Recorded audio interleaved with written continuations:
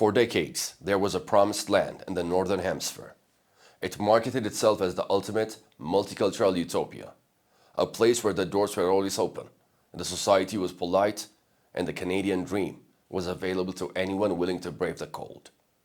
Today, the promised land is shrinking, literally.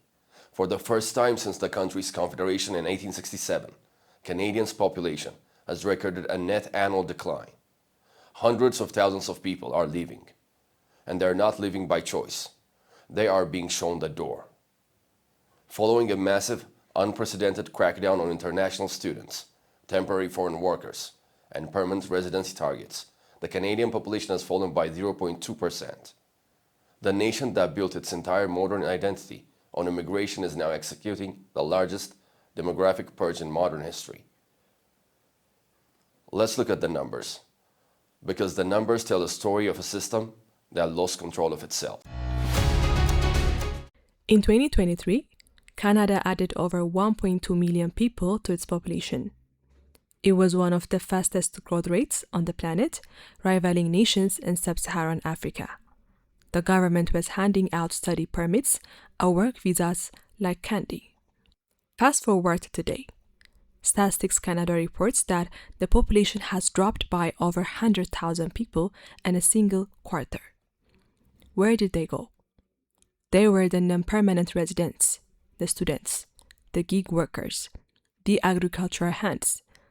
At its peak, there were over 3.1 million temporary residents in Canada. Today, that number is in freefall. Ottawa has slashed its permanent residency targets by 21%. They have cut international student permits by half. They have tightened the screws on temporary foreign workers. Former Prime Minister Justin Trudeau, the architect of this massive influx, stood before the cameras recently and said, "We didn't get the balance quite right." We didn't get the balance quite right? It is a stunning understatement. You do not accidentally increase your population by millions without the infrastructure to support them. You do it by design. And when the design fails, you do not blame the architects, you blame the gusts. To be fair, we must look at this from the perspective of the Canadian citizen. Why did a fundamentally welcoming society suddenly demand that the borders be closed? Because the Canadian middle class is breaking. You cannot add 1 million people a year to a country of 40 million without building hospitals, schools, and above all, housing. The Canadian real estate market became one of the most toxic bubbles in the world. Average Canadians found themselves entirely priced out of their own cities. Wait times for basic healthcare stretched into days. Infrastructure was buckling, and while the gross GDP of the country was technically growing, the GDP per capita, the actual wealth of the average citizen, was shrinking for 6 consecutive quarters. A recent poll by the Environics Institute found that a clear majority of Canadians now believe there is too much immigration. This is not a sudden wave of xenophobia. It is mathematical exhaustion. When young Canadians cannot afford a home, when they cannot find a starter job because hundreds of temporary workers are lined up for the same position, the social contract breaks. The Canadian government did not close the doors because they suddenly became anti-immigrant. They closed the doors because if they didn't, the domestic anger was going to burn the political establishment to the ground. But this brings us to the great hypocrisy of the Canadian immigration model. Who pays the price for Ottawa's miscalculation? It is not the politicians. It is a 22-year-old student from Punjab. It is the nurse from the Philippines.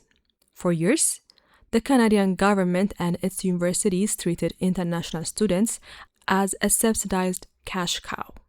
Domestic tuition in Canada is capped, so how did the universities make money? They charged international students 3, 4, sometimes 5 times the domestic rate. They sold a dream.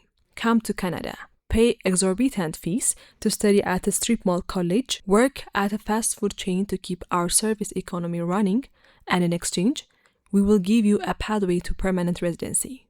Hundreds of thousands of families in the Global South took out massive loans, mortgaged their family farms, and sent their children to the freezing north based on that promise.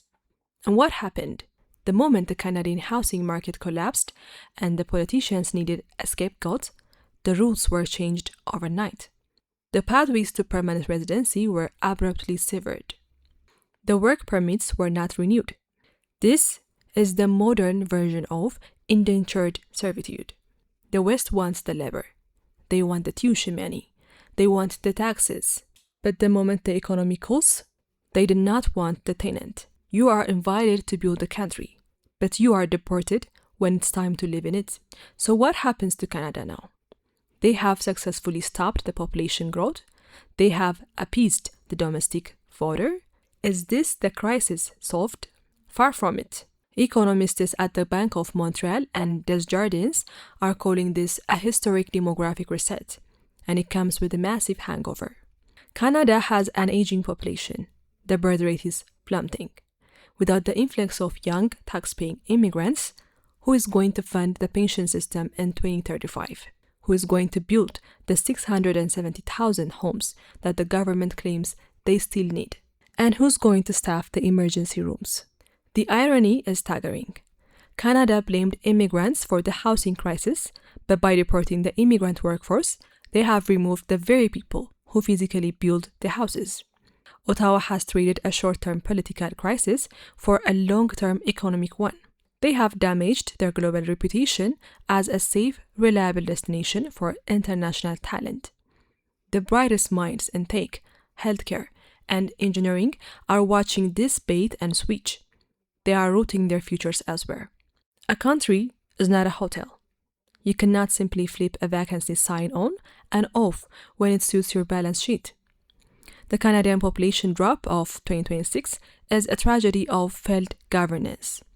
It is a failure to the Canadian citizens who were priced out of their own country because their leaders prioritized aggressive growth over basic infrastructure. And it is a profound betrayal of the migrants from the global south who were sold a ticket to a utopia that did not exist. They were treated as economic shock absorbers, brought in to inflate the GDP and discarded the moment they became a political liability. The world is learning a painful lesson today. The Western promise of open borders is always conditional. It is a business transaction. And in Canada, the business has filed for demographic bankruptcy.